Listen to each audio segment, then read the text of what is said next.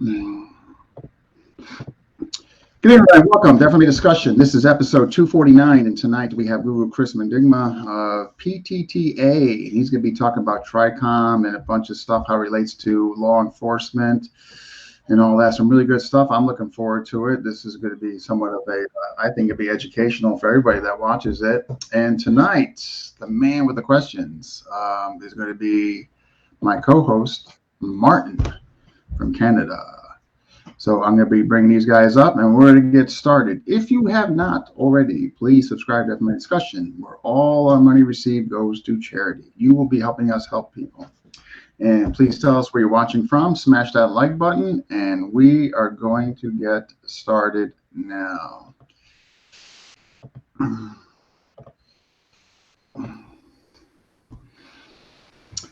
Hey, good evening. Welcome, guys. Martin, it's always a pleasure to have you co-host with me. And we want to welcome our guest, Chris. Thank you for coming on. I appreciate it.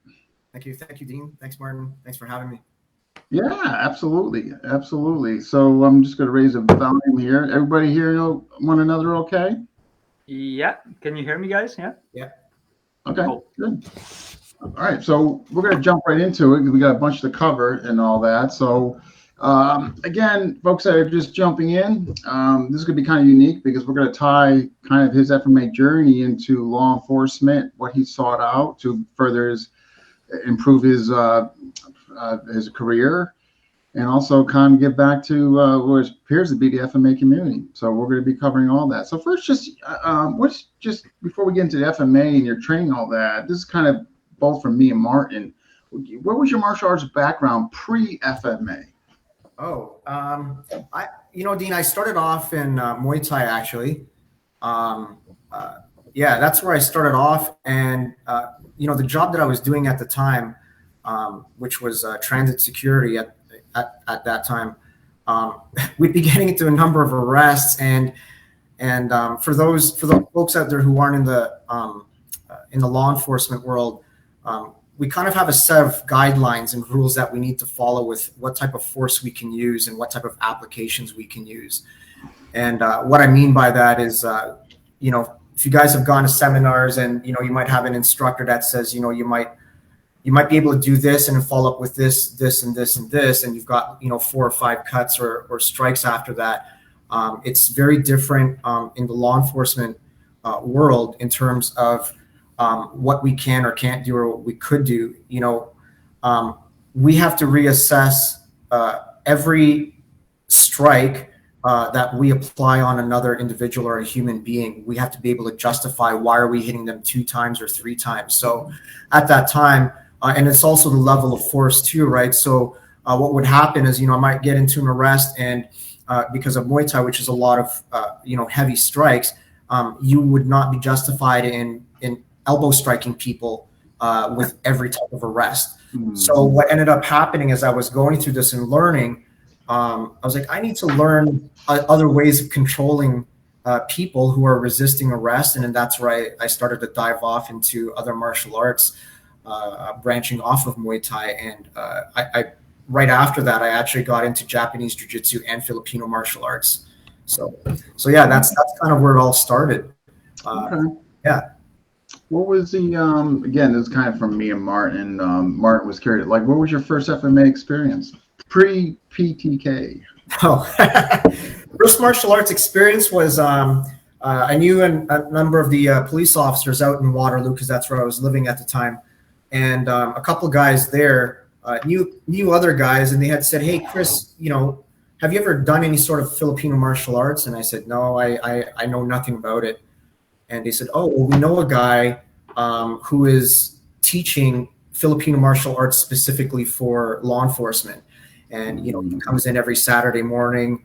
And, if you want to go in for 2 hours every Saturday and join other officers in the training, you're more than welcome to. So, I decided to check it out. And after the first class, I was hooked. And that was the start of the journey from there in Filipino martial arts. What, Martin, you got anything I missed as far as this that you wanted to chime in on? Was it the Well, first of all, was it PTK that the style of Filipino martial arts? Or? No, it was kind of a little bit of everything because the applications were geared specifically towards police and law enforcement. So even though some of the other things too that were being taught to us was like, oh, here we also have a roof block, which isn't part of any sort of police defensive tactics program. Here's Espada y Daga, just to kind of, here's an introduction, to expose officers that we're going into that haven't had any sort of exposure before. So the guy I was training under at that time was Paul Bonner, and Paul Bonner, a lot of the Ontario police officers will know who he is because he's the lead defensive tactics instructor for Ontario Police College. So that's who I was training under at that time. And Paul, my mentor, he had actually trained very closely with Sifu Rick Fay out of Minnesota Kali Group. Okay, Minnesota Kali Group. Okay. Yeah. So that's, whatever they were teaching at that time, that's kind of, I guess, the style that we were following somewhat close. But yeah, that was the Filipino martial arts start of the journey that I had. Because you were looking for because you were looking for something more to be able to control more than hurt because of your job. If I understand correctly, that's why you were starting to. Okay. Right. Yeah. Big piece of it is, big piece of our job is, not obviously not to hurt other people, but to cease their unwanted behavior, whether it's from hurting other people or either to comply with whatever it is we're asking them to do. So a lot of the joint locks, or other control measures that you would have would really come into play. But just being comfortable with how to control people and putting your hands on people without actually, giving any sort of strikes or blunt force trauma using elbows or hands or things like that. So a lot of those pieces started to come into play, over a period of time. Well, you came from originally the Thai background, and you're immersing yourself in FMA. What resonated with you? What made you want to stay in this lane? Like, what really stood out that you want more of this? What I found over time was, so Muay Thai was very, I wouldn't say easy to learn, but it was easier out of the multiple martial arts that I'm studying. A lot of it is gross motor, application. But where I really started to gravitate towards FMA was, for example, in PTK, specifically the Tri-V curriculum that Tuhon Jared teaches, is there's a lot of transferability of Muay Thai into that particular curriculum because Tuhon Jared also had a Muay Thai background. So he was able to, kind of transfer a lot of that over and get other people to see that, oh, this is what you can also do. So a lot of that really was transferable for me. So it made it easy for me to pick up, especially the empty hands portions of it. Okay. We got some folks already jumping in, Martin. We got Paulo, who claims he was the first, and we don't doubt it. We got James Lynn. We got three of the Boudoir guys here with Mark down the bottom. We got Tom Pena, that makes three FMA discussion people here. We got Heil, and we got Eric O'Brien, Florida Gator Boy. And we got Maestro Alvin from San Fran. All right, folks, if you're watching, please tell you where you're watching from and smash that like button. Martin's got some questions here basically on your law enforcement. I'm going to let Martin go on this, and then basically what you found lacking and all that. So I'm going to, Martin, go ahead. Yeah, sure. Well, first of all, I'm curious about just a quick background of your law enforcement career, because I know you were in law enforcement, but I have no idea what you did in law enforcement. So personally, I would just like to know your background.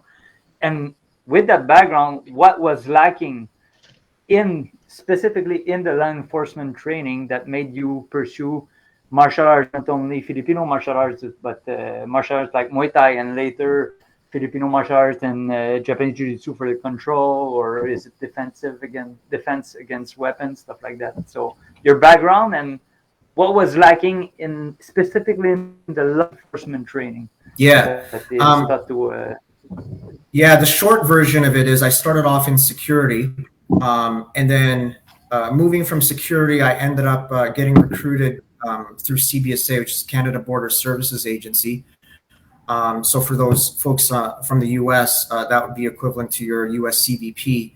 And then I was a use of force and firearms instructor with them, and then I transferred over to another agency within the federal government where I had oversight of their also use of force and firearms program for all their officers nationwide. So that was, kind of my career in terms of law enforcement. So a lot of it has really been with use of force and teaching other officers within defensive tactics and the usage of weapons or defense against weapons. And then with regards to the training, a lot of the training is very similar from the different law enforcement agencies, but there will be different flavors from academy to academy or from province to province. So one province might really like a judo-based system, and another province might like a jiu-jitsu-based system, or an academy might also be very heavy into jiu-jitsu. And that might come from a number of players that are within the decision-making process, or instructors that might have a lot of pull within the decision makers, where, hey, we really want BJJ as part of the curriculum. Let's include a lot more of this. So that's where you're going to see a little bit influence of certain arts in different training programs. But having said that, in the training programs, they kind of just touch on a little bit of everything. So everything from empty hands, to the application of handcuffs, basic striking, basic blocking, the use of expandable baton. For some agencies, firearms, if they're equipped with firearms, they're all essentially the same, because what ends up happening is they need to be able to cover the bases to say, and unfortunately, we've ticked the box to say that we've covered it. What the level of training that some of the agencies provide is, some of it, I'm not saying it doesn't work, but it's antiquated. And a lot of the combatives that happen nowadays in current times is very different now. We have the people we have out on the streets right now are a lot more violent than they used to be. Yeah, they're more smart too, right? More sophisticated. Yeah, exactly, Dean, and much more trained with the coming YouTube, of UFC. Everybody has a little bit of Muay Thai or a little bit of Jiu-Jitsu, or like you said, just YouTube. It's like, Yep, exactly. So that's where you're going to see a lot of the gaps in the program. So someone who might come in with additional martial arts training, as they're coming in as a recruit, and let's say if they had a Muay Thai background or a BJJ background, they might come in and they might be like, what is this? What's going on here? Like, this really isn't that good. But they have to accommodate to the lowest common denominator, because the majority of law enforcement, interesting. Okay. About 90% of law enforcement don't really train outside of what the agency provides them. No, you're so right. I had Bill McGrath. No, I'm sorry. Tuhon Jared, and Ken Showers. And he said that the majority won't take initiative in their own journey to be like better, so they can better handle the job, God forbid. And I found that surprising, like that here you have these resources and you won't even take advantage of them. I don't know. Yeah. So I'll tell you, so when I run seminars between Ottawa and Toronto, I'll usually have the same faces show up for those seminars. And that's your small percentage of officers that will take time. They'll take time out of their weekend. They'll take time away from their families and their kids, to put some time into training, even if it's 8 hours or the full Saturday, Sunday, just to get something in extra outside of what their agency provides them. Yeah, they're absolutely vested. I just don't understand that. You have these resources. I mean, wouldn't you want? But I don't know. I guess not everybody having that mentality. I guess I don't know. No, I mean, life happens. It's like teachers in high school that have all these resources that they can have free training for special care, stuff like that, and they don't take it. It's the same thing. It's the same thing, right? Yeah, and unfortunately, a lot of it comes down to, well, if I need to go train because it's something I would require for my job, then why isn't the agency paying for my training? That's what it comes down to. Right. Yeah, so I'm just thinking, man, but like you brought the great point, Chris, like the criminal today has so much more exposure to like stuff on YouTube to perfect their craft and to be more devious and more intelligent about it. And if I'm on a job, particularly in a a city or an area that's particularly more dangerous than a rural area, I'm thinking like, man, I want to be prepared. I want to be able to go home to loved ones. And but we got. Just want to make sure I'm not missing a question here. Ask Chris how the Bourdor name came to be. Please tell him I hate him. Oh, that wasn't very nice. Dean and Chris is well experienced in writing contracts and proposals at the agency level. Wow, he can give Filipino martial artists tips and advice of how to bid. That's good. I tell you, I hope folks are utilizing you. But not to get off topic here. So it's all within topic, I would say, Dean. You want me to answer the boudoir name first? Yeah, why? Yeah, I mean, why not? Paulo's we have to give him carte blanche. He's been so supportive of the channel, so he could just ask something random and not be relevant. Careful, you just opened the Pandora's box, man. Yeah, exactly. I can't say no to that. I can't say no to that man. Yeah, nobody can. Yeah, Paulo's something special. Boudoir.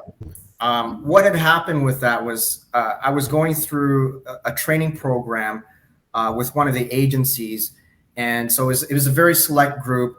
And of course, we're out of province, so we're staying at one of the police training facilities. So, we all got our own rooms or our own dorms, and we had a common room. And of course, probably I would say out of the 11 of us, I think there were 7 that were French Canadian. So French Canadians. I tell you, get a few of them in a room, man. Yeah. So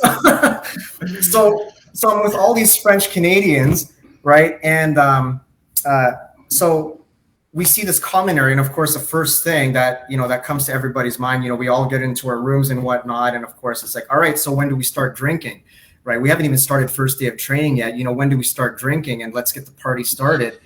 And we need to call this place something. We need to call the common room something. What do we call it?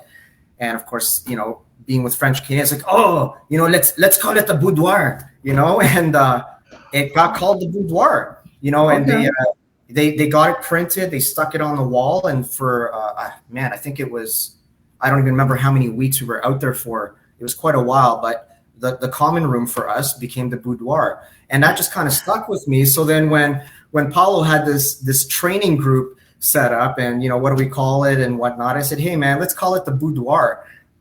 So I told him the story. And, I didn't think that it would actually stick because I was just joking around with it, but I was like, let's just call it the boudoir, and it stuck. So and he hates me for it. I think it's neat. Neat story. Yeah. So that was the boudoir name and how that came about. You want to answer his second questions? Yeah, so in other words, can you give fellow Filipino martial arts, such as all of us, some tips and advice on how to bid or propose to these agencies? Yeah, this one is a tough one in a way of how to get contracts or how to bid on contracts. But the general concept that I want everybody to think about whenever you're proposing or submitting some sort of business proposal to acquire work is keep it simple. And what can you offer your potential client that they need? You don't want to sell what I can do. It's what do they need that you can offer. And that's a common mistake where, folks will come in and they're going to say, well, this is what I've done. This is who I've taught. These are all my certifications. This is how many. Nobody cares about that. What can you do for me? What do you have to bring to the table? Okay. Right. So it's kind of like, and you guys will know when you've gone to various seminars, you'll show up to a seminar and sometimes they're not even a teaching seminar. It becomes a showcase of what an instructor can do. So then what ends up happening is you might have some new people who are trying to explore the art and they're just lost because all I'm watching right now is a showcase rather than actually being able to learn. How can I learn so that I get hooked onto this art and then make me want to learn more? So show me what I can do and what I'm capable of doing versus show me all these fancy moves that you can do. that for some they'll be like, oh, this is very overwhelming. I don't want to learn this anymore. This is too hard, right? So when it comes to those, writing contracts and proposals, is what can you offer them? Does it align with what they're looking for? And as opposed to shoving a resume down their throat or whatever. Right. Yeah. Cool. Yeah. Cool. When kind of piggybacking off Martin's question, is the gaps that you were finding in your current LEO training, the law enforcement, or what they weren't offering, better yet, is that, for the most part, what led you to further investigate FMA? And secondly, was it more due to the weapons? Yes, and yes. So if we kind of forward a little bit, the way I was learning FMA before, I still found some of it complicated, right? So, for example, when Espada Daga was taught, or something else, it was kind of like I would have no application for this at that time, right? Mm-hmm. So what I would do whenever I would go to a class, doesn't matter who it was, whether it was seminars, and whatnot. Some of it might not be very good, but I'll always try and extract 1 nugget, 2 nuggets from them, right? And it's the best you can do to make of that situation, so that you can walk away as a win from maybe. I totally agree. Get something out of it, right. So what it ended up happening was, because of the way it would encompass empty hands and the various types of weapons, whether it was edge weapon defense, which we saw a lot of in transit security, because we would deal with quite a diverse group of folks within that city, where they would have razor blades, syringes, all sorts of knives. It doesn't matter what type of knife. There was all sorts of edge sharp weapons that they had on them. Was, do you recognize how to deal with these edge weapons? Should you get attacked, or if you got attacked with them, how do you deal with it better? And the same thing with expandable baton, because it translates over to any sort of impact stick. It was, oh, well, that's perfect. There's some things that are harder to do. I won't say you can't do. There are some things that are harder to do with an expandable baton that are easier to do with a rattan stick. Weight distribution is different with an expandable baton. They are heavier, so trying to get that swinging is a lot harder than a rattan, but it's still transferable. So your basic angle 1 and angle 2, for law enforcement, they're going to know it as a forehand backhand strike. It's exactly the same thing, right? So there's a lot of that transferability where, versus the other martial arts, Muay Thai never gave me that. My Japanese jiu-jitsu didn't really touch on that aspect too much. And even then, some of it was like, for example, some of the knife defense techniques that I would go through in Japanese jiu-jitsu was very fancy, where I was like, I can't pull this off. Yeah, you're not pulling that. I get. Yeah. Yeah. I have my own theory on that, but yeah. Yeah, and that's coming from me knowing what my uke is going to do and how I'm going to defend it and what I need to do. And then, we would, at that time, even just pressure test it. Just come at me. I just want to see if I can pull this off. And you can't pull it off. And it breaks down. It breaks down. Yeah. It's just, I've tried all that stuff in the 20 years. It's just, I'm just being honest. It's just, but, Alvin, this is my second interview today. Doubleheader today. This is from Martin. He's on how you go ahead, Martin. Tuhon Jared. Well, when and how did you meet Tuhon Jared? And at the beginning, did you train PTK with him, or was it right away through Tricom? It was right away through Tricom. So my first exposure to Tuhon Jared was when I would see a lot of the videos that Paulo was putting out on Facebook. And so a big part of it wasn't just the techniques and the applications that Tuhon Jared would do or execute, but the way he would articulate those techniques. And that's a big part of for law enforcement is the articulation of why did I do it? You know, was it necessary? Was it reasonable? And would it be acceptable in court? Right. That's something that we have to think about. So the way Tuhon Jared would explain certain things, I was like, that's who I want to learn from. So what happened within 2018 was he had a Tricom fundamentals course happening out in Salt Lake City, and I signed up for it and headed out there and met him, and that's where it all started. And then and it's been Tricom ever since. And then also, you know, learning PTK with him and Mandala Jason Jones. Jason is my goodbye. That's who I train under. So whenever I get a chance, those are the two guys that I'm, you know, learning PTK from. Wow. We got just Eric O'Brien, 2-on-1. Sorry, Eric. GM Pogi says it sucks. So I've retracted my opinion on the 2-on-1. I will no longer ever do it again. You will never see another video from me incorporating or utilizing 2-on-1. But so what's, you know, just as far as the teacher, Tuhon Jared, like, you know, I get the attraction to the Tricom and all that, but what about him and his organization that really, you know, wanted you to immerse yourself in there and all that? What stood out about the man, the teacher, the organization, everything? Yeah, that's a really good question because I get asked that a lot. You know what, Dean? It starts from the top, right? So Tuhon Jared, it starts from the top. You know, Tuhon Jared fosters growth within all the people that he works with. Yeah.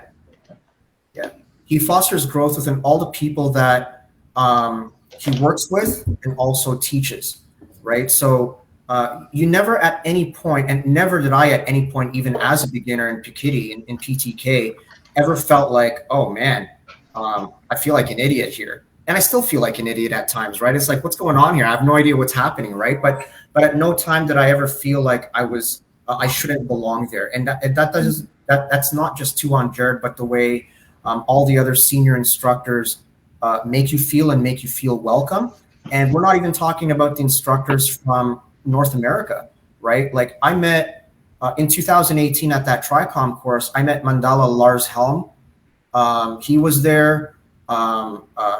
Kai Seifert was also there. Mataas Naguru, who's Agawan now, and Jolie Brown was there. That's where I met all these guys the first time. And, you know, guys coming from everywhere. And it was like, they were all very welcoming and willing to teach you at any given time whenever you had a question. So, and on top of all of that, of fostering growth, the politics wasn't ever talked about. Yeah, you know, you just hit something there because, like, you know, obviously doing a lot of these interviews, you know, whether you want it or not, you know where there's going to be politics and you know where there's not. And you know we have to kind of really fine tune your questions. And with him, man, there's just nothing. I find him refreshing. You know, I joined his silver package program just because there's just enough interest there for me on what he is about and all that. But I definitely find that it really resonates from him down. You see it. You know, I saw in the interviews how he conducts himself. Yeah. You know, it definitely trickles down. And I got to tell you, you mentioned another good point too. When you go there, people are so willing to help you. Like I'm telling you, I've been to Anasano way back in the day, Hartzell. The arrogance on some of them, and I'm not afraid to say it on here. It's just very arrogant. Just like that, you know, and that mentality. I can't say about it now, but back then, and I could definitely see how that wouldn't be an issue because coming down from him and all that. And that's the reason why my coach, Sébastien Poirier, that's why because he didn't learn originally PTK with PTTA from PTTA. But the reason why he joined PTTA is exactly that: the open-mindedness, no dogma, and no politics. Yeah, so he was like, let's go. Yeah. And you know, a big thing, guys, is like whenever we have new people come in and we're trying to encourage people to join classes and seminars and whatnot, if we don't make it feel like that this is a welcoming environment for them to grow and learn, they're not going to come back. So what ends up happening is we actually end up losing out on future training partners that will also help us grow, especially for those that are going up, the instructor rank, in order to be able to teach and foster that growth, right? So, I think it's really important to be able to encourage anybody that is, learning a new art, that this is a very homey environment that you could be comfortable in once you walk through those doors. So it's my opinion. No, I think you're right. I think he's proving it. Yeah, Martin has. This is on the Martin on the Tricom. Did for Phil. Yeah, I'll let you go. All right, Tricom. We're in Tricom now. So, what is Tricom? Because from what I understand, and I think I'm wrong, but from what I understand, is Tricom is a mix of PTK. The Tri formula, Muay Thai, BJJ, all this made with the thought that it's taught to someone who has a firearm. But I think I'm wrong. Am I close? No, you're close. No, you're close. So, Tricom was developed by Tuhon Jared, primarily for law enforcement and military, right? It's taking the fundamentals of PTK. Right, what can be applied for law enforcement and military application? But because Tuhon Jared also had that background in Muay Thai, and he dabbles in jiu-jitsu as well as other martial arts, you'll see a lot of influences in there. But primarily in the law enforcement world, those are the ones that you're going to see a lot. Like a lot of the striking application is going to be Muay Thai or some sort of kickboxing base, because it's gross motor, it's easy to learn. Punch and kick, right? Elbow and knee. Depending on the range that you're in. And then you'll have, obviously with the ground defense, being able to control a resisting individual or subject on the ground. So being able to understand how to control them or how to get out of that ground situation. So, those are the three, martial arts pillars of the system. But the way it was designed by Tuhon Jared was, remember, when we train law enforcement and military, sometimes we only get 4 hours. Sometimes we only get 8 hours out of an entire year, right? So we have to be able to deliver a system or a class, that when they attend, that when they attend, they're able to retain that information by the time they leave the class. And unfortunately, what ends up happening is, in some programs, for example, if they'll have an in-house instructor within that police service, is, okay, we've got a 4-hour recertification or an 8-hour recertification. Let's teach, let's go again through handcuffing, expandable baton, takedowns, and ground defense in an 8-hour period or a 4-hour period. So you might be getting, here's something I'll divulge.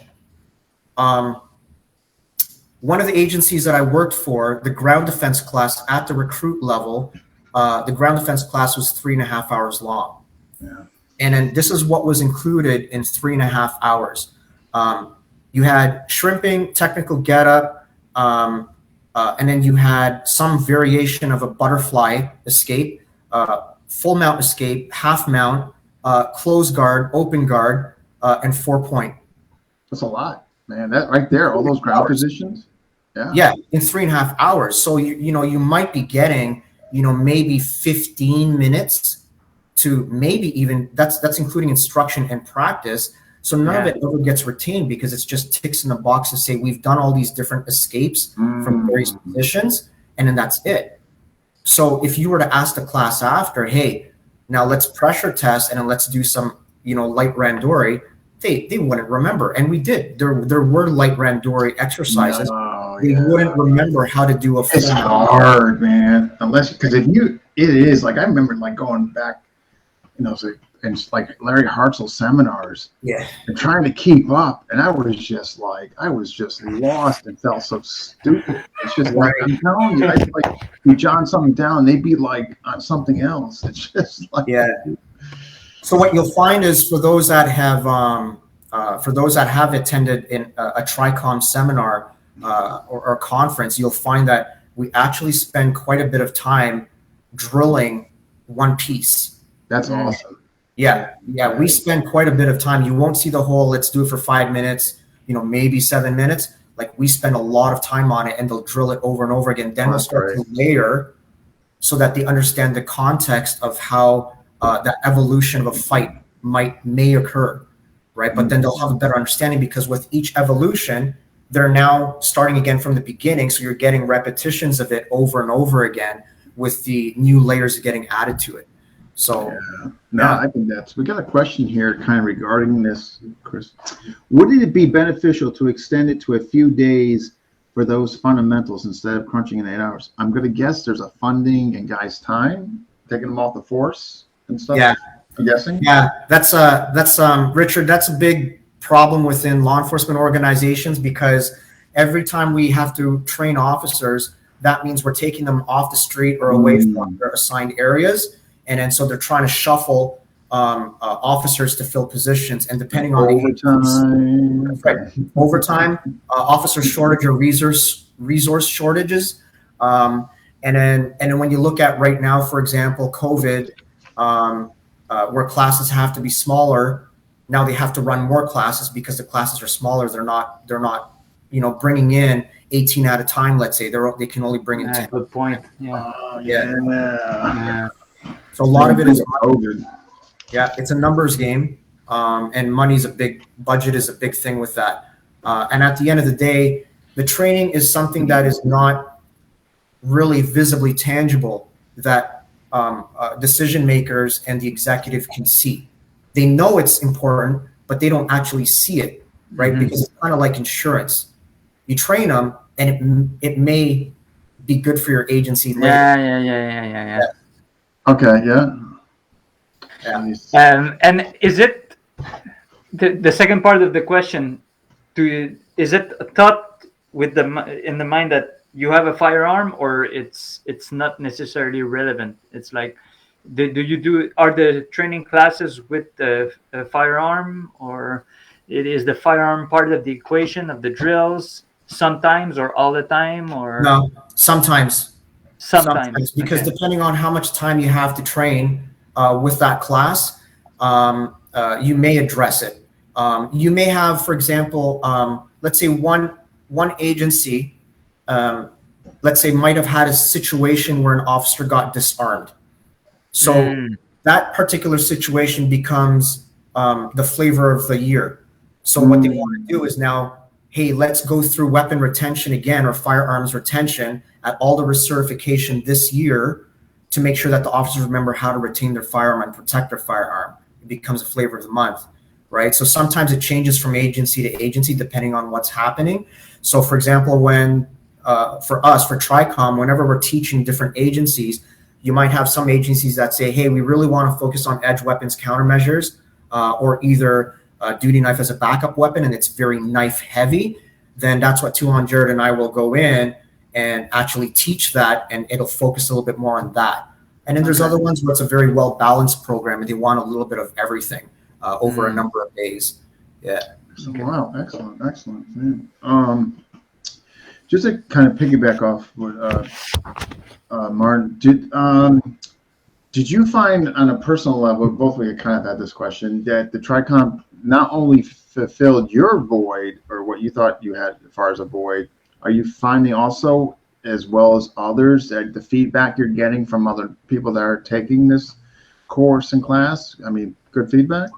Yeah. So the big part is there's two pieces to this, Dean, and I alluded to it earlier. That the first piece is the content that's taught. It's the applicable applications. So we'll teach, for example, 2-on-1 and the 4-count flow. And it makes it easier for officers to remember to transition from one control measure to the other control. So that's one of the things, is the actual technical application.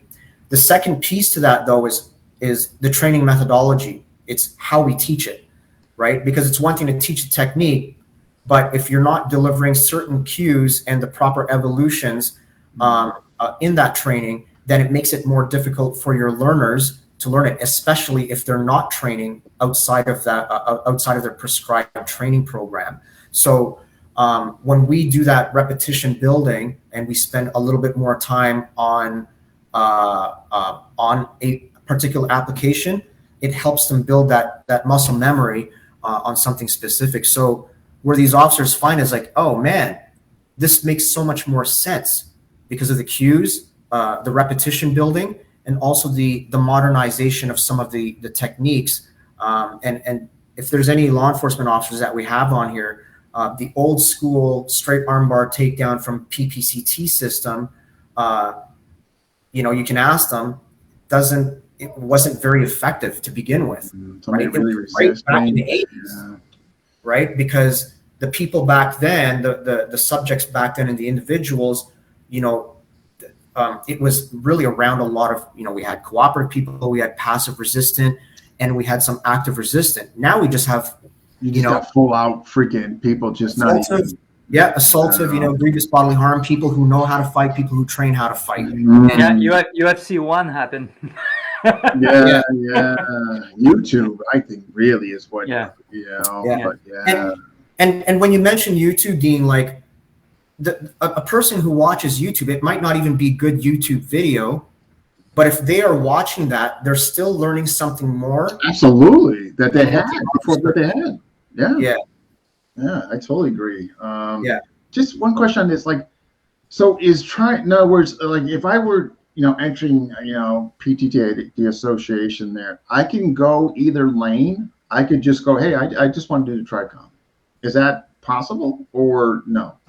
Yeah, it's possible. So you've got Piketty University, so that they'll teach PTTA in the Tri-V curriculum, and then you've got Tricom for those who want to look more into maybe a little bit outside of the art and now more into what might be applicable for them because of the job they're doing. Or it might be for that civilian who actually wants to dive a little bit more into a very specific piece such as edge weapons countermeasures, where they really want to learn that piece of edge weapons that you might not learn in, for example, the silver membership of PTTA, right? So it really goes down two different streams, but you will see a lot of crossover. And for example, whenever we teach officers who are in Piketty University, whenever they are at a Tricom seminar, they pick it up relatively quick because they understand the concepts that's taught by Tuhon Jared, right? And vice versa. So, I think the last time that Tuhon Jared ran a seminar out in Toronto, a number of the guys would understand, here's a Tricom application, but because of their PTK background, they already understood the general movements. Yeah. So for somebody who was interested, going in that lane, like how would they go about it? I guess. So if they wanted to learn Tricom specifically, they go to tricomtraining.com. I think Paulo posted a link there, and it'll give a full breadth of the different modules that are available, and we keep adding modules to that. Some of them are getting expanded on, within the different modules, so that it's an ongoing learning process. And then for PTK or for Piketty University, for those who haven't had a chance to get on Piketty University, for example, might have silver membership, and they'll keep on dripping videos into that. Up on top of the base curriculum, so there'll be a lot of bonus videos that keep getting tacked on. So there's really a little bit for everyone, depending on what path they really want to go on. And we have guys that that are diving into both because they see the benefit of having both systems. I'm going to elaborate more on that because sometimes we'll have those officers that'll say, no, I don't want to learn that deep of the Filipino martial arts. I just want to learn Tricom. And then, so for example, when I'm teaching Tricom and I'll explain certain things, they'll be like, where's this coming from? And so that's where you kind of dive into that Tri-V curriculum and like, oh, I get it. And then conversely, those guys who have or are in Piketty University and are learning Tricom, they'll see like, oh, that's where it came from. Right. And then it goes into Tricom. So yeah, there's a lot of crossover between the both. But yeah, it's good to be in both, both programs. Yeah, I mean, it sounds like it's pretty unique in what he's designed and created. And as far as both, and how one can kind of choose based on their profession or what they like. And Martin, you have anything?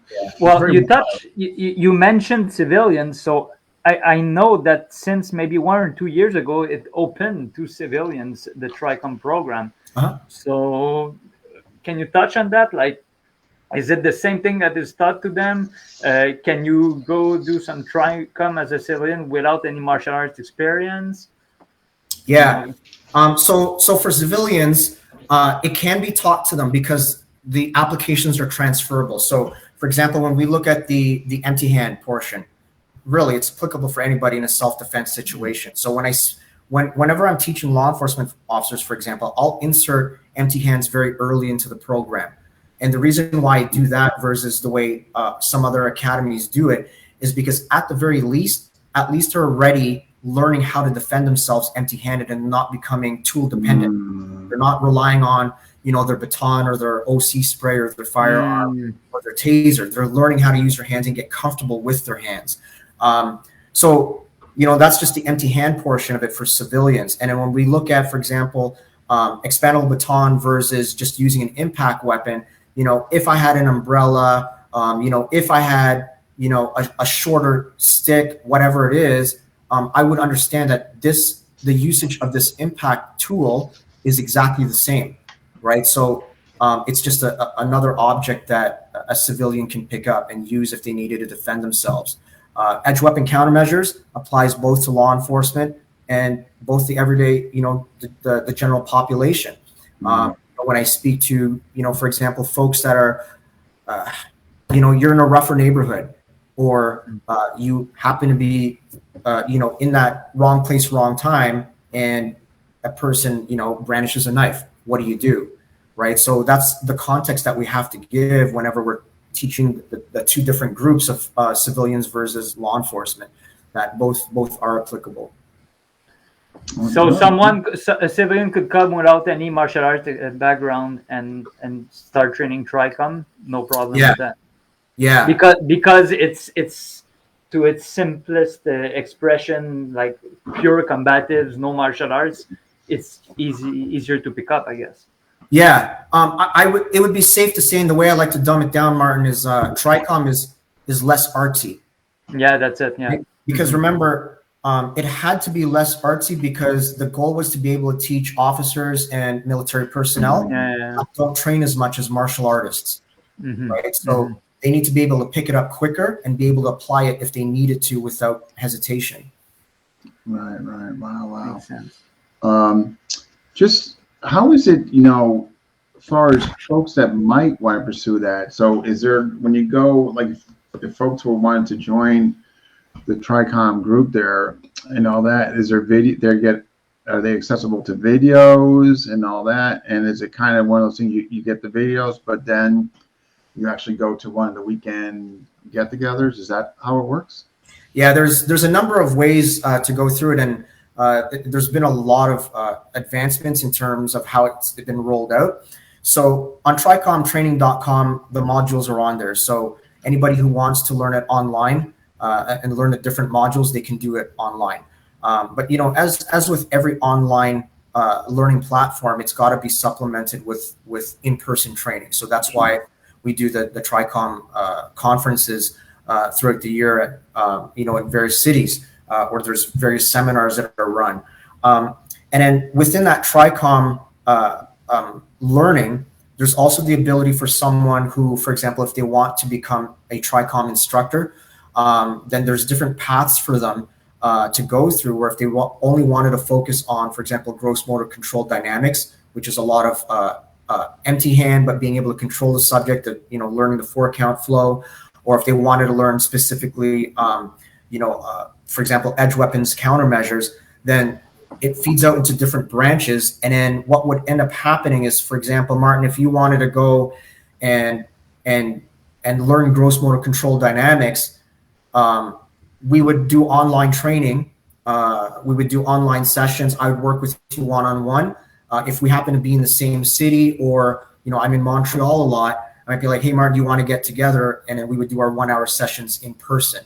And then once you go those in-person sessions, and say, hey, you know what, I'm really happy with everything. You know what, you're good to go. And I'm confident with your ability to be able to teach this as a Tricom instructor, on top of, being able to attend the seminars. But I mean, it's a really long process, because obviously what we're trying to avoid too is just handing out certificates. Yeah. Right. Mm-hmm. What's I mean, or anybody that does become an instructor is, no, you have gone through, you've paid your dues in terms of attending the courses, showing up, going to as many seminars as you can, and also, invested into putting your time in for training. Wow. That's how many other, like besides yourself, how many Tricom instructors are there that are actively teaching this? Actively right now in North America, it'd be myself, obviously Tuhon Jared, Kenny Bigby Jr., and Ajarn Buck Grant.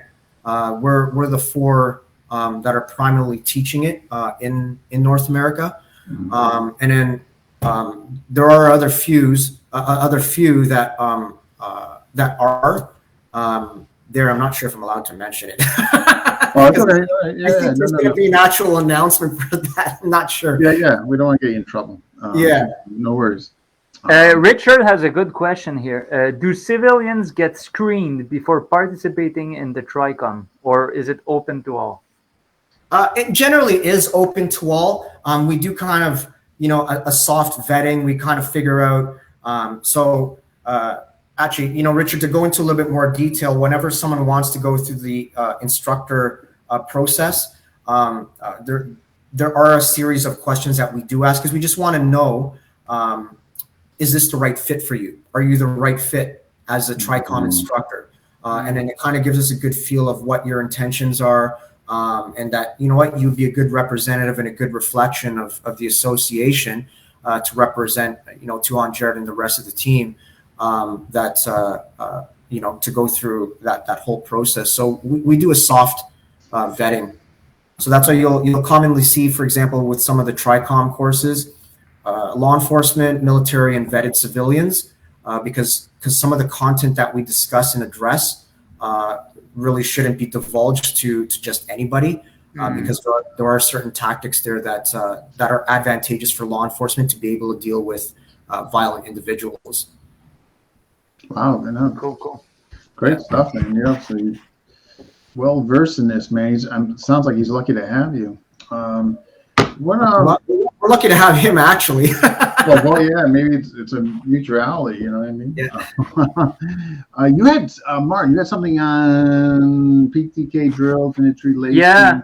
Yeah. Well, I'm training PTK, and I know PTK is big emphasis on drills, but it's progressive drills that allows for initiative and improvisation, and it actually develops combat attributes. I was wondering if, you touched a bit on this. I guess there's a lot of drills also in Tricom, but is it also something like close to sparring, or it's more like reality-based scenario? Yeah, so because of the limited time that we have, and what we also have to be careful of when we talk about sparring is injury to the officers. You'll see a lot of flow drills, right? So in that flow drill, if I use, for example, a pummeling drill, we'll teach them how to pummel or grapple if some of them can't figure out how to pummel. When they go through this pummeling drill, they'll learn how to pummel, and then we'll teach them how to terminate, or panapos, right? Give the termination technique. At some point, they have to terminate that flow and then execute one of the takedowns, or execute, trying to gain distance and transition to a use of force option. So that is kind of the version of the sparring. So it gives the officers a feeling, or the participants a feeling of actual physical resistance, that human energy, and also the dynamics of the movement when you're moving back and forth, which is very similar to randori, but with lesser degree of propensity for injury. So that whole sparring thing, which is officer injury, is really big when it comes to training, because remember, once an officer gets injured in training, and this goes out for anybody who's trying to do contracts and proposals for law enforcement agencies, that you have to be careful of what activities you're giving them, because if your officers, if the participants in your course are coming out injured, you're not going to get called back. Yeah, clearly. Yeah, right. Yeah, you're not. You right. Because that means officers getting injured. That means they're going to get short-staffed, and they won't be able to fill spots on the street. Right. So, but there has to be some level of activity, pressure testing, if you may, so that at least the officers understand. Right. Because a common thing too is because law enforcement agencies tend to dummy everything down to the lowest common denominator. Is they'll soften everything to the point where if I wanted to do a takedown on you, Martin, and my partner was just like, and he'll just fall down to the ground, then my partner's not learning anything. I'm not being a good guy, because that's not what the bad guy's going to do. They're not. You're not being a good training partner. Yeah. So, wow, that's interesting, man. So, and I'm sorry, Christian, you're located in Canada? Yeah, I'm in Ottawa. Okay. Well, when I'm not traveling, I travel quite a bit. So, but Ottawa is my home base. Okay. All right. Okay. Ottawa. So that sounds further west. It's north of northeast, I guess. Okay. Yeah, it's still east, but west from me. Yeah. 4 hours. 4 hours from Toronto. Yeah. 2 hours from Montreal, actually. North of Toronto. East of Toronto. East of Toronto. Oh, okay. Yeah, 4 hours east of Toronto. Yeah. Okay. Yeah. All right. Yeah. Interesting. And Martin, I just want to make sure I'm not leaving anything out, Martin. The kind of resistance. So how do you? Yeah. So this is kind of, me and Martin both had this question. Like, do you guys develop scenarios? Like, for example, within the Tricom, like this. I mean, it's just like stuff I do with my students. I just want to know if you get creative like this, where I'm just crazy. Like I'll simulate, like, with my students, like they have their family members, so they need to deal with that. Like, you got to be the buffer. You just can't just, like, and stuff like that, or you're in a parking garage. And I just make up stuff like that just to simulate them to, like, what could really go wrong if you're not even taking into consideration. And the whole thing with loved ones, that you just can't, like, if you got, like, for example, an arm drag, and you throw the arm drag right into your family members. Now you create a hostage situation because you didn't practice arm dragging and what directionality you should do it. I mean, just stuff like that. I'm just off the cuff here. So my question is to you, do you guys do that? Do you get creative in your scenario playing with them? Yeah, so that's going to depend on the different agencies that we work with. So for me, whenever I'm working with the agencies here in Canada, everything has to be prescribed. We can't just make things up on the fly. So whenever I go in, I have my full course outline. If I'm including scenarios in there, the scenarios are also laid out and written of what scenarios I'm running, what the outcomes are, what the objectives are. Because what ends up happening is, as the instructor, if something happens where that officer was involved and it ends up going to court, I may get called into court and I may get questioned on for the training. Right. Yeah. So I may get questioned as to, why did you teach this? Where did you get it from? What was the necessity for it? And then in these scenarios, why did you teach these scenarios? So if I'm teaching just stuff that I'm making things up, because I get you. Like, they have a very specific outlet, like that you got, and I totally get for legality purposes and all. Absolutely. That. But yeah, I guess, but better yet though, but you guys are definitely doing that based on what their needs are. If that sound correct? Yeah. Oh yeah. It's definitely based on their needs. Almost every agency that we deal with, the Tricom program that they're being taught at the instructor level is different from agency to agency. Okay. At the instructor level. Oh yeah. Yeah. Yeah. We do a lot of instructor training. Because for the agencies, it's a better return of investment for them. Yeah, as opposed to us going in and teaching their officers, because some of them might be they might have a large number of officers. It would not be financially feasible for them to call us in, 15, 20 times a year. to do when you could just train one of their guys. That totally makes sense. Yeah. Yes, So exactly. Teach someone how to fish. Don't give him fish. Okay. So from one instructor to another, they might teach something not completely different, but in a very different way. That's pretty normal. Yeah. And because it depends on. For example, you might have two law enforcement instructors. One might have a jiu-jitsu background and the other one might not. But it might just happen that the instructor without a jiu-jitsu background is absent that day. And then now you have this instructor who doesn't have a jiu-jitsu background and might have, for example, a karate background. They will teach that ground defense class very differently. But I mean, within the Tricom certification, if you teach an instructor for, let's say, this type of law enforcement or this other organization, their curriculum will be different. Might be different, very different. Yeah, it might be. It might be different. Yeah, but I mean, with the instructors in itself, because of what we're teaching, it's relatively simple enough that every instructor can teach it the same way. Mm-hmm. Okay. Yeah. Okay. It's fascinating, man. This is like so educational. I hope folks watch this that are tied in law enforcement or are looking to train law enforcement, because this is so valuable. I love episodes that you actually learn stuff. There's a very important question here from Justin. Ask why does he like balut so much?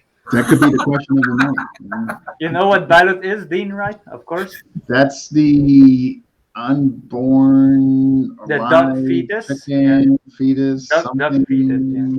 Yeah. I think I do. Yeah. I actually don't like it. No. Really? No.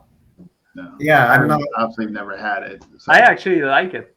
No, I'll pass on that. Thanks. They've been trying to get me to eat it. I'm just like, no. Nope. That's why. Okay, I understand now. Yeah.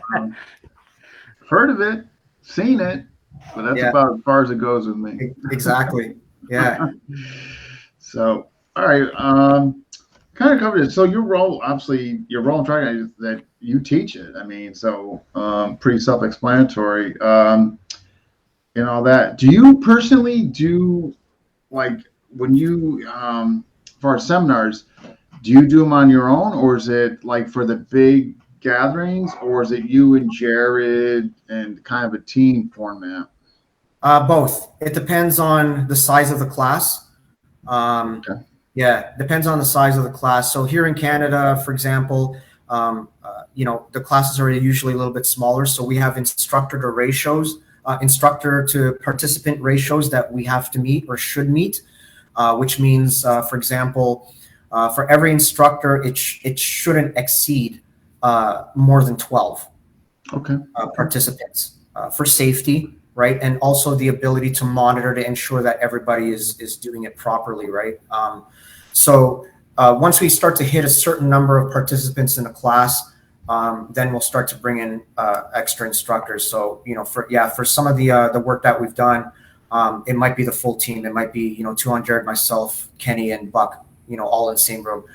We've had ones where it was all four of us plus Mandala Jason as well, because we had a really big class. So it's pretty much all hands on deck. Yeah. So the reference you made to the Las Vegas, is that the actual where people get the training to be instructors in it, or is that different? Sorry, what's this, Dean? So the what you referenced for as the Las Vegas training camp there, is that for where you can become an instructor in Tricom, or is that an actual instructional camp for civilians, law enforcement, and all that? Oh, the one in Salt Lake City every year. Yeah. Every year in Salt Lake City in August is split between a Tricom instructor conference and also the PTTA USA conference. And every year, Tuhon Jared will choose a course of Tricom that he'll instruct, and it generally is open to everybody. It is primarily law enforcement officers that do attend that, some military guys, and there are a few civilians that do attend it. But yeah, we generally know everybody that's attending those. So yeah, I mean, if there's civilians here in Canada that wanted to make the trip down, they have the ability to. Yeah, Martin, you need to make it down there. Yeah, for sure. Yeah. And that's at Jim Jones, right? Yeah. So Jim Jones is PTTA headquarters. It's Tricom headquarters. They're all running out of the same place, but Jim Jones has its side for Jim Jones side, and then there's a separate side where they've got all the mats and heavy bags and whatnot, where a number of the defensive tactics courses can run. But they're both utilized for a number of activities. So Jim Jones. Awesome. Yeah. Cool. So what we are okay. So just getting back to the Las Vegas thing. So like if let's just say for argument's sake, I want to go out there, regardless I'm law enforcement, military, but I want to be exposed. I just want to see how they handle certain things. That'd be a green light for me. Yeah, it pretty would be. It pretty much would be. We haven't had any problems, and usually like I'll say anybody who is on the wrong side. Sorry, guys. Anybody who's on the wrong side, they're gonna get weeded out pretty fast. Yeah, Surrounded by police officers and they'll stick out, and we're pretty good for picking people out really fast. So but and really a lot of it too is because of what is being taught. And officers have this problem too whenever they're training at MMA gyms and different clubs and whatnot, is who are they training with, right? You will usually see that officers want to train at a police-friendly training facility because they want to ensure that they're not rolling with someone or training with someone that they may have arrested before, or someone that has a criminal background that we haven't come across yet. And now they're learning, oh, that guy's an officer, then they can take advantage of that situation, and we try to avoid as much as possible. Yeah. Okay. Yeah, right. Get somebody that wants to get like retribution or something. Yeah, for sure. Let me roll with that guy. Gosh. For sure. Martin, this is from you as well. You're asking about the kill house. Yeah, well, talk about a bit about your Piketty Tactics Association and your kill house. And is it in Ottawa? Yeah. Yes, it's in Ottawa. That kill house or the shoot house. Sorry. No, it's okay. Or CQB is in Ottawa. So it's the Tertia Training Center. It's a 16,700 square foot training facility for law enforcement, military, and then so we have over 2,200 square feet of mat space, and then also that kill house. And that kill house is basically it looks like a house with all the framing and plywood walls, with different door setups and room sizes and angles and whatnot, that officers can train in to practice their scenarios. Different types of scenarios that they need to practice, and it adds that element of surprise. Versus, let's go on the mats and practice a scenario. Hey, Martin, I want you to pretend that you're in this house. Meanwhile, it's open space of mats, and it's kind of hard to visualize that. Versus, and Paulo will tell you when he got ambushed by Joe, it's a very different feeling when you're walking around the corner and you don't know what's around that corner, who's coming around that corner. Yeah, I saw that video. Yeah. Yeah. Cool. So what about Piketty Tactics? This is your association, right? Am I wrong? No, you're right. Piketty Tactics is my side of the company that actually does a lot of the instruction for the law enforcement agencies, and Tertia Training Center is this facility in itself. Okay. Yeah. Okay, So Piketty Tactics is was the first sanctioned affiliate under PTTA here in Canada, and that's just the way I started it, and it just kind of organically grew on its own, and it is that's what it is today. Yeah, there seem to be many very interesting online classes on that. I mean, just the 5 pillars from Darcy. Yeah. I mean, I'm gonna subscribe for this for sure. To this for sure, man. It looks amazing. Yeah. So the 5 pillars, that platform, Tertia Online, .com. My idea with that was to have different video modules where people can learn different subject matters. And when I talked to Darcy, I said, hey, Darcy, because of your background in bioeducation and survivalist and whatnot, I would really like to provide a training resource because we have officers that, for example, conservation officers and whatnot, or you might have an officer that gets assigned to a remote area, but they might have been working in an urban center for quite a while and don't understand how to make a fire, don't understand how to make shelter, or understand any of that wilderness and outdoorsy type strategy. So that's where we kind of put that together of 5 pillars of survival. So, but really, it's open for anybody, especially those folks who like to be out in the outdoors and just understand, oh, this is how I make a shelter, or how to make an emergency shelter, the different types of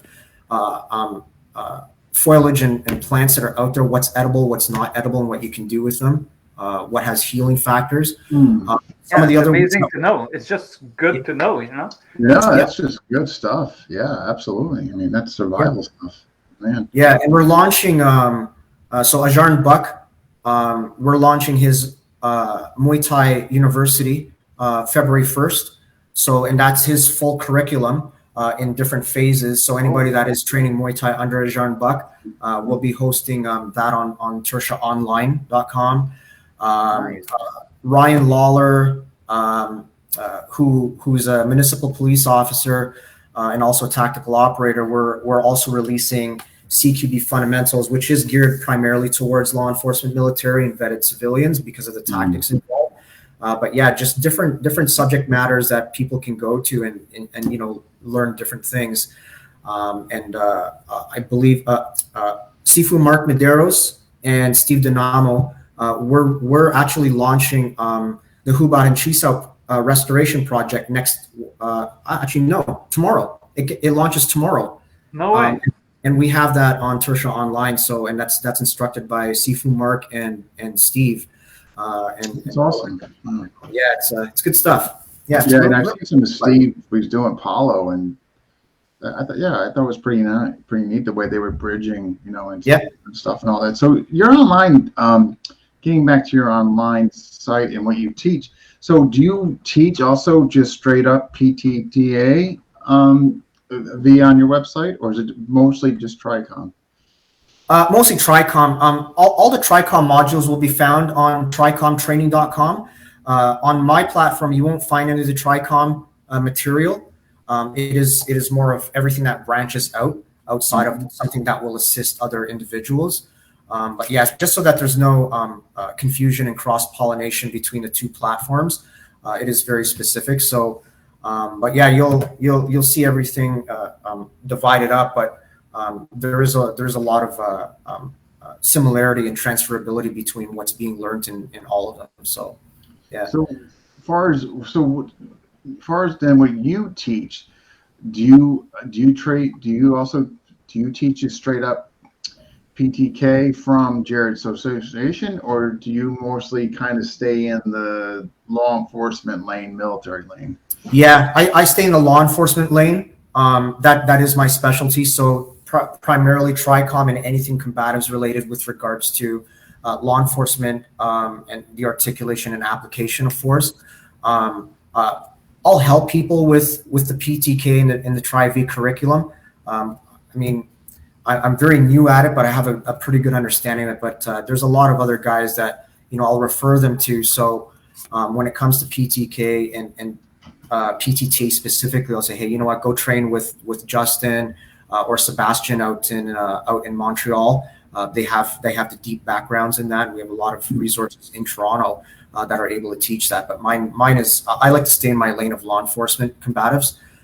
Because it is very specific and there's specific knowledge that. Yeah, that's sure. No, definitely. We had, I'll just say here, just Martin also had the your empty hand, Martin. Yeah, that's what I was looking at. Where is it? Well, I know the question. I wrote it. if I can pull it up okay, for you. let's go back to PTK just very quickly. I have my own opinion on that, but let's say someone doesn't know any empty hand, okay, at all, and no martial arts, and he wants to learn how to defend himself empty-handed. The PTTA's PTK, do you think it is enough and complete to learn how to defend yourself empty-handed? Yeah, yeah, because so if we take, for example, Yakan Isa, or the Yakan level, there is an empty hand portion in there, which is your basic hand striking and how they kind of bleed together, so you have an efficient combo. And it's important. So whenever we teach Tricom, and depending on what group we have in front of us, before we even put, for example, a tool in their hand, such as a knife or a baton, we'll just get them comfortable doing it empty-handed. So they understand, because once you go empty-handed and you put something in their hand, it's all transferable, right? So, for example, if I took this pen as the baton, and empty hand, if I struck this way, right, with the hammer fist or the hammer fist this way, it's transferable. That if I put the baton in this, then I already have, the puño to strike, with that part of the baton. So now they'll understand, like, oh, if I did that, it's the exact same thing. Like, yeah, it is, right? It's just, what are you trying to apply in what areas that you're trying to hit, right? I mean, the differences though will be like, we have to teach that we can't always hit someone's face with the puño in law enforcement application. There are certain criterion parameter before we can get to that level, right? But I mean, on the in terms of just learning the Tri-V curriculum, we understand, for example, in Col de Mama, when we go here, that, oh, okay, I understand that. We have to check, and then the next thing follows after that. So yeah, there has to be context, and we have to be very clear with the context depending on the participants that we have in our class. It's got to be hard for you guys, man. I give you guys so much credit with the scrutiny going on and you guys just being under a microscope. Like, what do you instill in the people that come to you to kind of maybe avoid, like, just getting nailed for something that was a gray area? Or, I mean, like, what do you do? This is the hard part, Dean, because what ends up happening is, because of the scrutiny that's placed on officers, you now have a generation of officers that don't want to, or that are more hesitant to act. I understand it. I mean, yeah, they're just wow. That's got to be tough, man. Yeah. So if there's a hesitation to act, they either get hurt or someone else gets hurt, right? Because of that micro moment that they hesitated to. Right, just thinking of like the potential outcome of their job being in jeopardy. They're going to be sitting in a freaking courtroom having to explain themselves because three people were there with a video and they caught the last 15 seconds, but they didn't catch what maybe happened beforehand. It's just. There was an article here in Montreal a couple of months ago. Maybe it was last year. I don't remember. I lost track of time with this COVID thing. But they interviewed police officers, and it was anonymous, of course. And they're like, yeah, very oftentimes now, because of what's going on, everybody has a cell phone and everything. Minor things when I patrol, they just don't get out of the car. They're like, no, I'm not going to get in trouble. It's awful. Yeah. Paulo mentioned earlier in the comments section there with regards to court defensibility. And this goes both for civilians as well. And we and also myself, I teach a lot of this, is that whenever I'm teaching, whether it's law enforcement or civilians, because I focus a lot more on the actual legal application versus the martial arts side of it, is that just remember that if you do this, these are the potential ramifications. Are you justified? Was it necessary in your self-defense situation? Was it reasonable in your self-defense application? And would it be something that's acceptable in court? Because if you were to take a whole bunch of people, would they do the exact same thing? Especially in Canada. Especially in Canada. In the States here, though, it's depending on the state with here in the U.S. But if you're But it's, it's tough. I've heard the same sentiment. A couple of police officers work with me, and they say it like they can't wait till they get out. Like they're counting their days, That's for awful. retirement, because just the scrutiny and the stress and the budget cuts and the lack of training and just dealing with, what they say every day. It's just miserable. This thing everywhere, Now, it's a lot different now than what it used to be. And I get asked, like, if would I ever do basic street work or patrol? I'm like, I wouldn't go and do that job now. Because I'm telling you, this guy's in his 40s, and he says he's counting down. Matter of fact, he's saying if a couple other stuff goes wrong, that he doesn't care, he's quitting, he'll find something. But just the stress of in the area I'm talking about that I live in is not like highly problematic. There's not really ghettos. It's a city, 35,000 population that neighbors me. The area I'm talking about. So we're not talking about like, Hartford, Connecticut, or a borough in the city. I mean, but just completely stressed and fed up, burnt out. Just, every negative adjective that you can imagine. This guy, and I just feel for them, and I imagine it's not just Canada and the U.S. I don't know. It's just. No, it's awful. It's everywhere. Yeah, it's the same problems everywhere. I don't think it's going to get better. Do you? No. It's I've seen it get worse over time.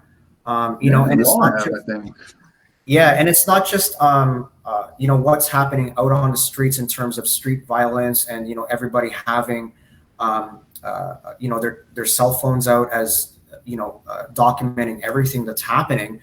But it's also internally within the services, which is why I retired from the government. There's a lot of different pressures and agendas that happen, and depending on who you are, some people just don't agree with some of what's happening. Fall politically and et cetera, et cetera. Some of the stories this guy was telling me, like with some of the younger people, and I just look back when I was young. We all done stupid things, but I would have never like remotely considered talking to a police officer the way some of these people are talking today. Right. I wouldn't it wasn't even a thought. Like I just wouldn't even conceive of like doing that. And then when I see some of this stuff, I don't know, it's terrible. Just the whole. We're getting off topic as far as ethics or morals, but I just think I just feel for them. I think it's terrible that what they got to go through, and they got families and. The best thing they can do is have better training. It's the best thing they can do for this decision making, I totally for agree defending themselves. It's the best thing they can do, I think. With and this climate, it's and the hard part too when it comes to the training, Martin, it's it's one thing to say, hey, every officer needs to get better at defensive tactics, or they need more jiu-jitsu in their life, or whatever it is. But they don't necessarily have the time. No, but not only the time, but the different roles that an officer is expected to be in now, right? Social worker, psychologist, dealing with the different, crisis intervention, that first aid, this, that, counseling. Yeah. It's like we're dealing with all trades. Yeah. I tell you, you couldn't pay me enough today to keep on. Wow. So what do you Mark, I'm sorry, Mark, before you go, did you have anything? I'm sorry. No. It covers what I wanted to know about Tricom personally. Yeah. So what are your future goals? So what are your future goals for yourself, and I guess what you got going on in Tricom? Oh, well, since I retired from the government, right now I'm working with Tuhon Jared quite a bit. I'm pretty much by his side with regards to the Tricom program, building Tricom, building Jim Jones, supporting PTTA, with Mandela Patch and all the other folks that are involved in that process. So I've kind of have my hands in a number of different things, supporting Tuhon Jared. So that's where I'm at. Like when it comes to the Tricom program, A lot of that is just trying to insert it into as many agencies as possible and trying to get it sanctioned. And sanction's a very important piece, because what ends up happening in some of the law enforcement agencies is they may go and get they may go and get an instructor to come in and do a workshop for 1 day or 2 days, but only a few of them get it, and it doesn't actually get rolled out, and it doesn't become an official piece of the training program. With Tricom, we've actually and successfully been able to insert it as a sanctioned training program in a number of agencies and even with some states. So for example, in the US, they'll have peace or police officer standard training. And then when it's recognized under post or whatever governing body in the different states, or for example, an academy here in Canada, that's a very big level up, because that means it gets rolled out to all the officers. So for example, we'll have one academy in the US, it's post certified or post approved. We teach Tricom. All those instructors are now teaching either the full or parts of that Tricom program to all in-service officers, because it's a sanctioned program. It's been approved. You're good to go, right? So okay, wow, and that's of course going to help you guys spread across nationwide. Absolutely, yeah. Word of mouth, and that you guys are actually legal, and you substantiated and all that. Wow. Yeah. Just So what about I know you just mentioned you're obviously getting more and more time with Jared and all that. What about for yourself? Like what you got going on in your in the area that you live? I mean, as far as growth there and what you're trying to promote. I'm doing the exact same thing. Like whatever we're doing down in the US, I'm doing up here in Canada. So I teach a number of agencies up here. I do quite a bit of work with one of the units with RCMP, where I help them out with a very tailored part of their program that involves Tricom, in addition to a number of other law enforcement agents. So same thing. It's building that insertion and integration of sanction training. So every few months or every year, I know I'm going to see them for either officer recertification or their instructor recertification. It's just ongoing, and so that's the Piketty Tactics side, and then obviously the Tertia Training Center is being used by law enforcement agencies for their training programs, but that runs on its own. So it's nice to have. What about as far as FMA are, like, do you have a goal as far as going deeper in a particular, like PTK or anything else? Or I'm working through it. There's no rush.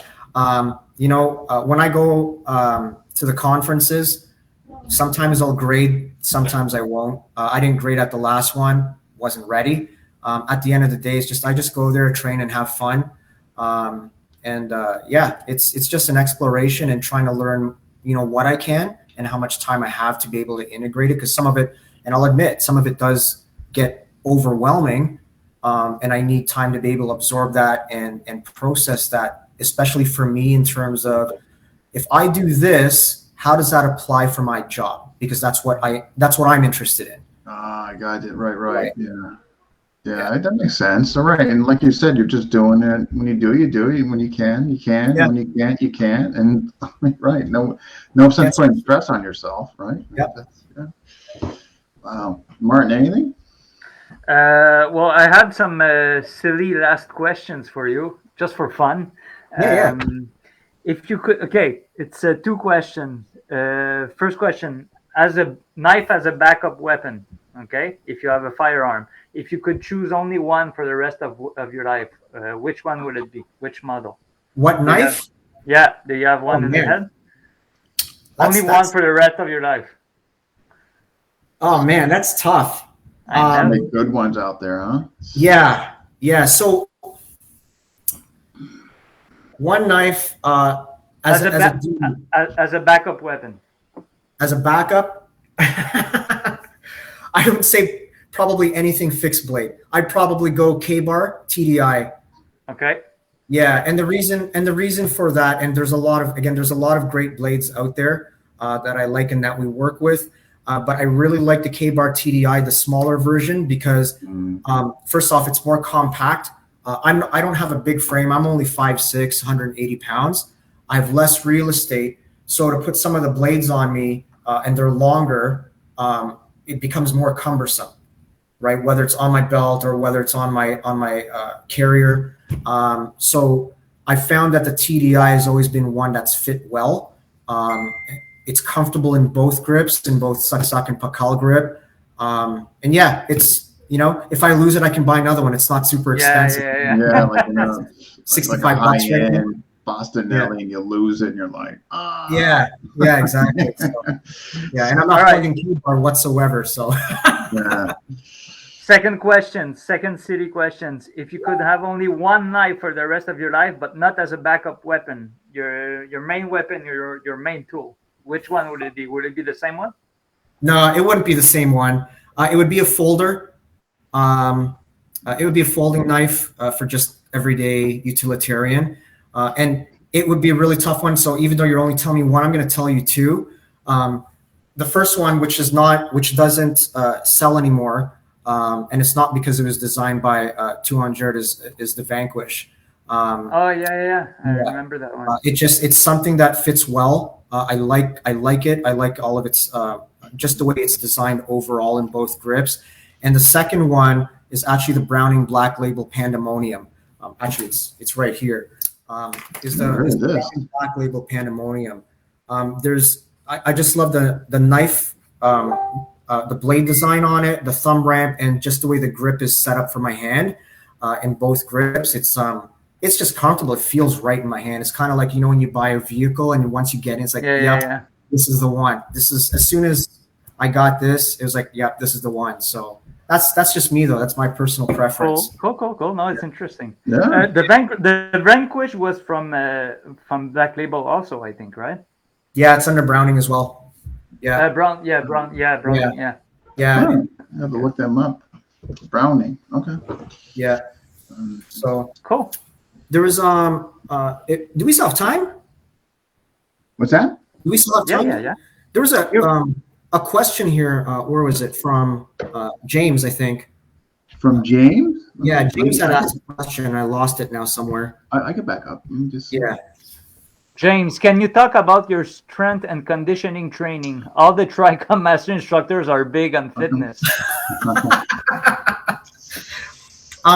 Yeah. My strength and conditioning program right now is I just kind of do whatever right now. And the reason for that is because I do so much traveling. The different hotels I stay at don't always have a diverse range of equipment, right? Mm-hmm. But what I had followed quite a bit for a while was one of the Jim Jones program, and is the Strength, Power, and Aggression program by Coach Matt Owens. And obviously it focused around strength and power. So there's a lot of heavy lifting and some conditioning in it. When it comes to kind of a more overall training program, especially for guys that are going into selection, let's say for special forces, or just want more of that special operations training, Kurt Fraser designs the Jim Jones tactical program specifically for us. So because he was in the military as well. He's a veteran. So he takes care of a lot of that. And Kenny also has launched his own program on through Jim Jones. So if you guys check out Jim Jones Tactical and follow them, you'll see a lot of these updates with the different programs that are out there being put out by our own guys, for strength and conditioning. But for me overall, I do a little bit of everything. It's not always bicep curls inside the squat rack. It is pretty well. Yeah. It is primarily focused around compound lifts. So a lot of squats, deadlifts, and bench, and then some conditioning work in between, but there's not a lot of I would say less functional activities. I try to make everything, if I were to do this, how would that apply to something in the real world, right? Okay. Yeah. So so hopefully that answers James's question there. Interesting. So, social media, how can folks get a hold of you that maybe want to pursue Tricom or et cetera? Yeah. The best bet to pursue Tricom and find out more about it is go to tricomtraining.com. and you'll see all the video modules up there of Tuhon Jared throwing me around. In addition to a number of us, we're all his we're all his uke. No, it's all good because it's one of the best ways to learn. So yeah, that's if you want to learn Tricom, that's the best source for that. Tricomtraining.com. Okay. Yep. For the ones that haven't had a chance or are now more encouraged to learn more about Piketty Tactics specifically under PTTA, it'd be piketty.university, and then you'll find the different programs or the curricula in there. And then to get a hold of me specifically, if you wanted to host a seminar or if there's any officers on here that wanted to host a Tricom course or seminar, you can contact me at pikettytactics.ca, and all my contact information will be on there on that web page. But either or, your chances are you're gonna, even if you go to Tricom training and email through them, and you ask for any one of the instructors, one of the staff will reach out to any one of us, anything that's directed for us. And, awesome. Yeah, we can address any questions. Richard Packman, any IG platforms? Yeah. Yes. IG platform will be Piketty Tactics. And then my personal IG platform is Chris_Mandigma. But again, they both cross over to both, and you'll find me on either one. Okay. Yeah. Awesome. Well, this has been fantastic. I mean, this is educational and all very interesting. Good. Yeah. Good. Yeah.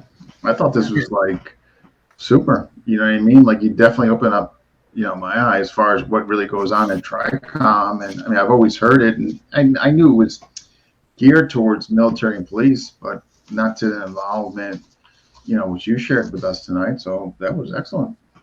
Yeah, it's it does apply a lot to civilian, and we didn't really talk about it. But for example, like one of the modules, CQ Fit, which is close quarters force integration tactics, which involves firearms. Just give me 1 sec, Mark. Oh, you get that, Mark? I forgot that I had to do that for him. Yeah, sorry. So CQ Fit, which involves, for example, firearms work in close quarters. So it's in Canada, that is less likely to apply for civilians, right? Because of all the strict firearms laws that we have and so forth. It may apply to law enforcement because it involves close quarters and they're armed with a firearm.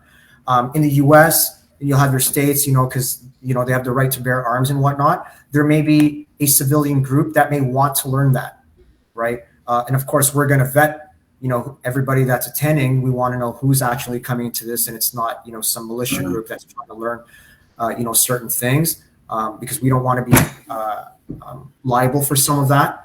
And what I mean by that is, for example, here in Canada, if I was to go and teach CQ Fit at one of our ranges here, I'd want to teach it to law enforcement because I don't want it to be used illegitimately, and then it would come back to Tricom to say, well, we taught them these tactics to cause harm on the general public.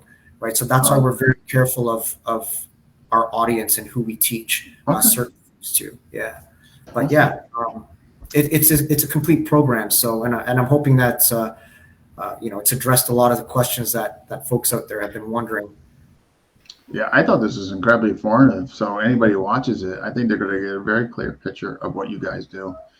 So just to make a small summary for my own head, so you can learn the Tricom program with different specific programs, or learn the totality of it through the instructorship. Is that it?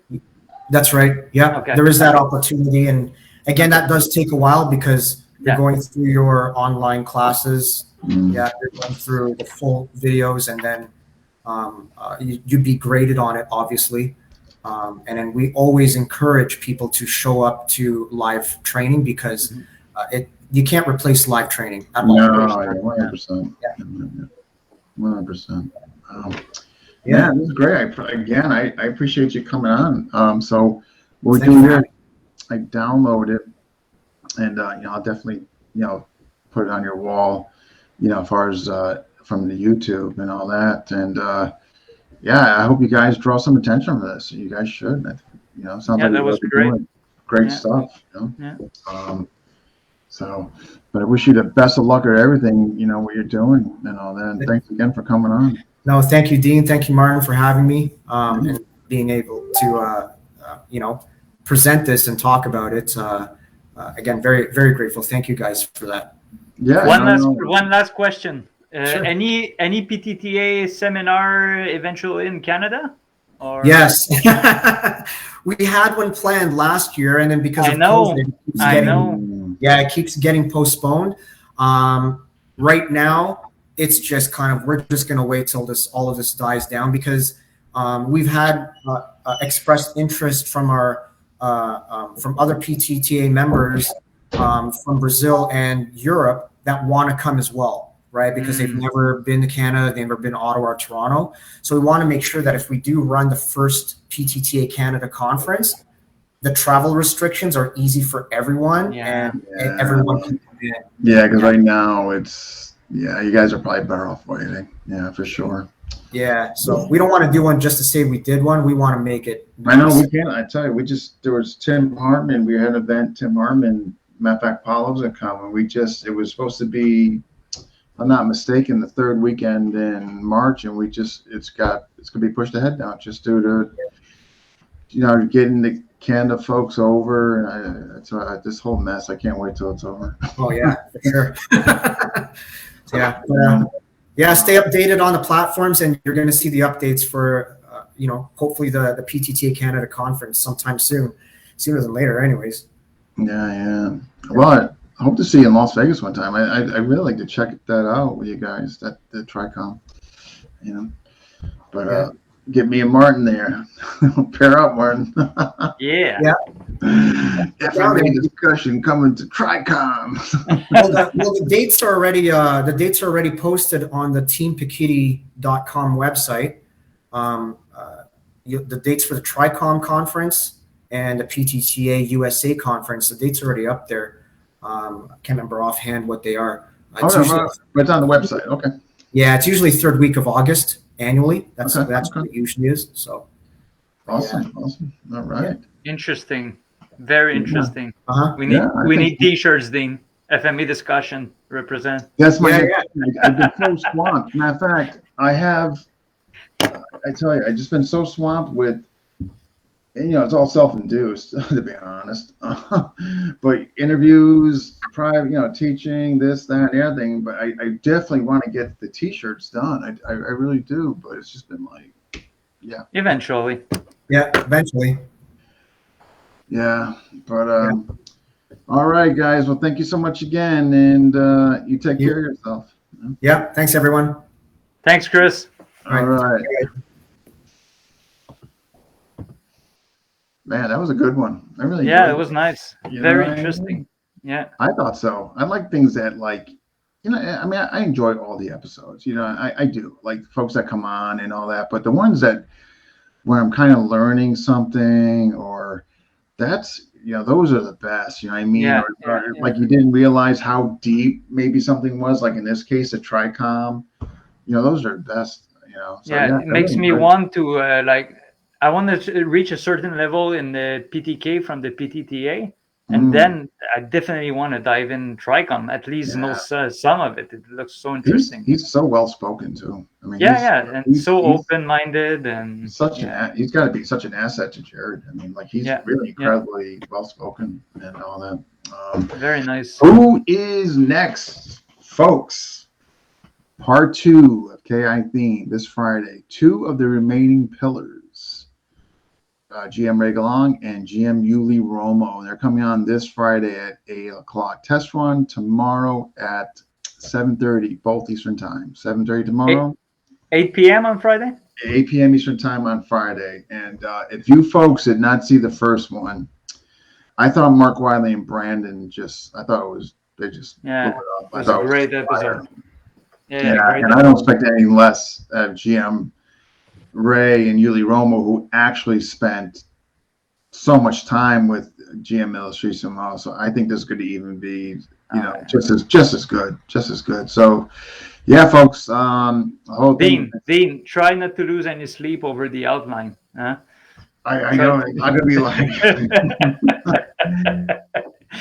I know. Like usually, like I kind of like usually. I'm, you know, like anything else. The longer you do it, the better you get at it. But man, I was like, I'm just like.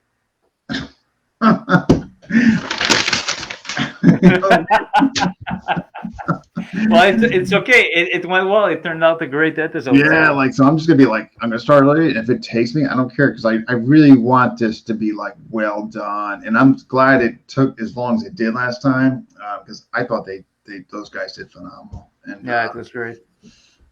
Yes, he did, Richard Packman. One of the best quotes of the year he did. And matter of fact, I'm trying to remember.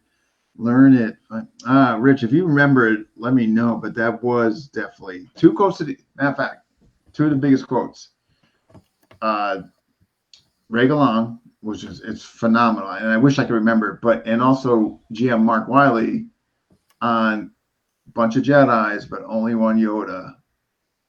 And that was like another. Yeah, I remember that. Another quote, but this one from God, I wish I remembered. It was incredible. Yeah, Richard, if you remember that, man, let me know. I'm gonna have to go back and like listen to it again. But just something that was just really profound, you know. Yeah, so folks, again, yeah, if you're free Friday night, check that out. Test run tomorrow at 7:30. Both are charismatic, entertaining, so should be pretty funny too as well. Yeah, I'll be there in the comments, but 1 hour in because I have my private online at 8, so I'll come right after, man. Yeah. Who do you have private with? What do you do on Friday? With Sébastien Poirier. Right now it's online because of this stupid COVID confinement, so we do it online. But yeah. Keep active, you know what I mean? Yeah, exactly. No. It's working well, but it's hopefully it's gonna go back to in person soon. I think it's next month. It is. Anyways. God, I just hope. Yeah, but folks that'll watch, thank you for tuning and watching. And if you haven't already, subscribe to FMA Discussion, and we will see you soon. Martin, as always, thank you. Hopefully, we got a couple more coming up next month to do together, and cool. It's been a pleasure. Always. All right, you take care. You too, man. All right.